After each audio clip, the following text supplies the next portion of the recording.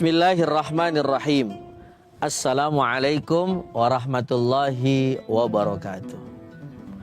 Alhamdulillahilladzi anzala ala abdihil kitaba wa lam yaj'al lahu iwaja.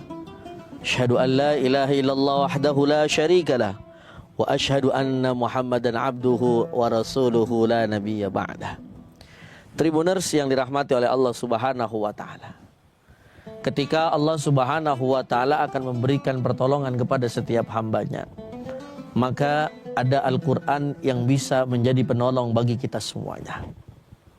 Ketika manusia nanti di alam kubur sifatnya sendirian dan tidak ada kawan yang menemani, maka bisa jadi Al-Quran sebagai penolong serta teman kita di alam kubur.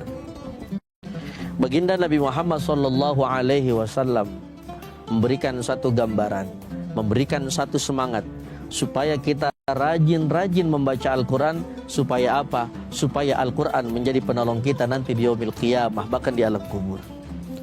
Sebab kata Nabi Muhammad SAW,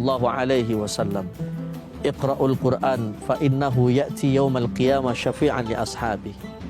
Bacalah Al-Quran, sebab Al-Quran akan menjadi penolong nanti di yaumil qiyamah. Tribuners yang dirahmati oleh Allah Subhanahu wa taala. Maka Al-Quran ini kalau kita jabarkan panjang, Al-Quran itu kalam Allah, kalam-kalamnya Allah Subhanahu wa ta'ala, yang diamanahi kepada baginda Nabi Muhammad sallallahu alaihi wasallam. Dulu sebelum diturunkan kepada Nabi Muhammad sallallahu alaihi wasallam, Allah menawarkan kepada gunung. Namun gunung bukanlah makhluk seperti manusia yang mampu memegang yang namanya amanah dari Allah berupa Al-Quran. Lau anzalna hadzal Qur'ana ala jabalil la ra'aitahu khashi'an mutasaddian min khasyatillah. Al-Quran mundur, jangan aku ya Rabb, aku tidak mampu. Lalu diturunkan kepada manusia yang paling hebat, yaitu Rasulullah sallallahu alaihi wasallam. Ketika Rasulullah sallallahu alaihi wasallam diamanahi Al-Quran, maka Rasulullah mendakwakan kepada umatnya supaya umatnya tidak meninggalkan Al-Quran.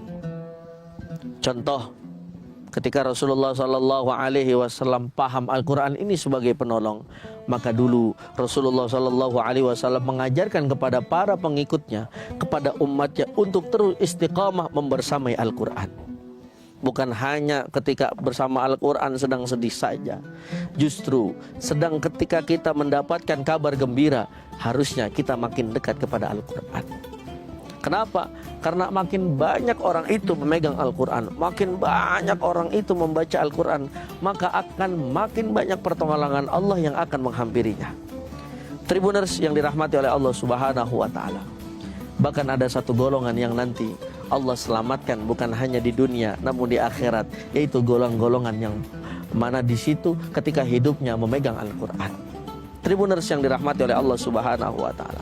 Maka dari itu, ini bulan istimewa, bulan di mana diturunkan Al-Quran, au syah nuzulil Quran, yang mana bulan ini menjadi bulan istimewa karena Ramadan istimewa karena diturunkan daripada Al-Quranul Karim. Maka dari itu, mari sama-sama kita raih keberkahan Ramadan.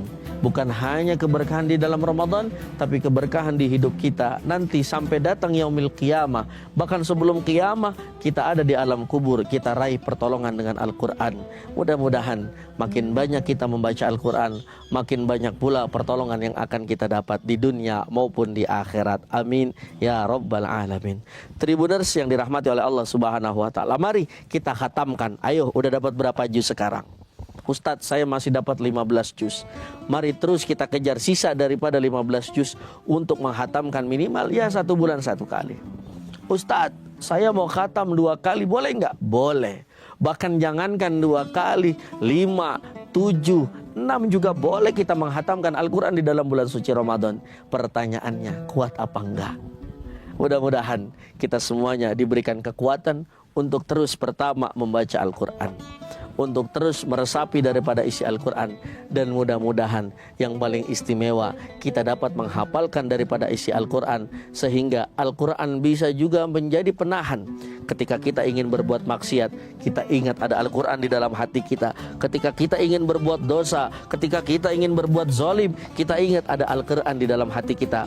Maka insya Allah Al-Quran yang akan menjadi penghalang daripada setiap perbuatan maksiat yang akan kita lakukan. Amin ya rabbal alamin.